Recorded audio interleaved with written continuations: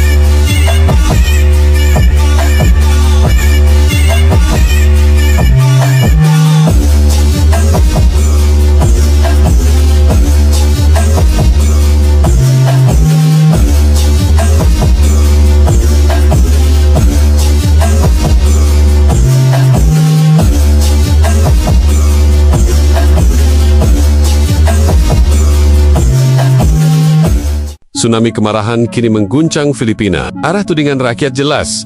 Kongres yang dipimpin Martin Romualdez bersama kroni kontraktor mereka dituding syarat dengan praktik korupsi. Di berbagai kota, suara rakyat semakin lantang. Para penyintas bencana bersama aktivis lingkungan turun ke jalan. Mereka menggelar protes di depan gerbang ISTE, Gerard Constructions. Bahkan, lumpur dilemparkan ke pagar sebagai simbol busuknya proyek pengendalian banjir yang penuh manipulasi. Nama Sara Dischaya pun kini berada dalam sorotan tajam.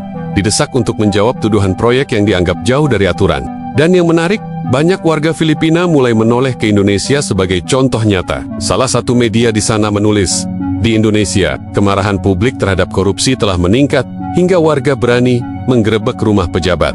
Akankah rakyat Filipina berani mengambil kembali apa yang menjadi hak mereka dari DPR yang arogan, sebagaimana dilakukan rakyat Indonesia? Ataukah Istana Malacanang akan bergerak cepat, mengambil langkah yang sah, nyata dan tulus, sebelum badai kemarahan rakyat berubah menjadi krisis politik besar?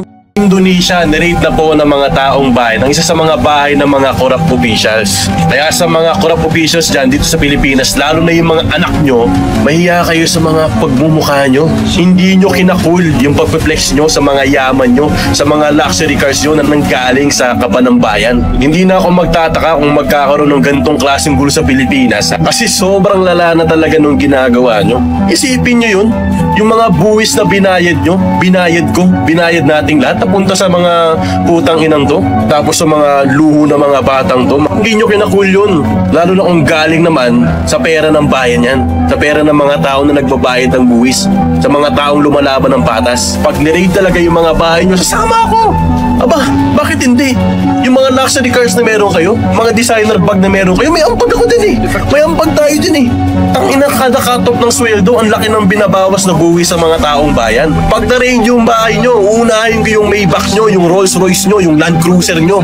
Meron man kayo mga Rolex, Patek Philippe, yung mga $1 million watches, uunahin ko yan, putang ina, bibenta ko kay paring Hype yan para may pera ako. Huwag yung aabusuhin yung taong bayan. Kasi kami yung dahilan kung ba't kayo nakaupo sa pwesto na yan. At kayang-kaya namin kayong ibaba kung nasan kayo. Wala kayong laban sa milyong-milyong tao na magpoprotesta sa mga katarantaduhan na ginagawa nyo. Tanda.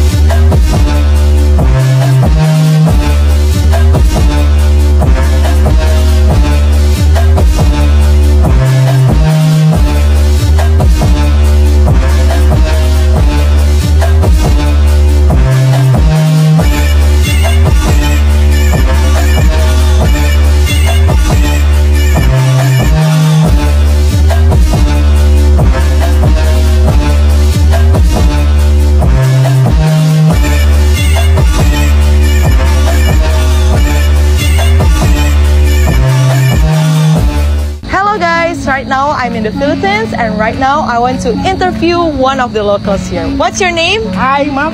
My name is John Saldi Puentes. I'm a tour guide here in Intramuros and also a local. Okay, so Kuya Jan. Yeah. Kuya Jan, I want to ask you a question. Can I? Yeah. Okay.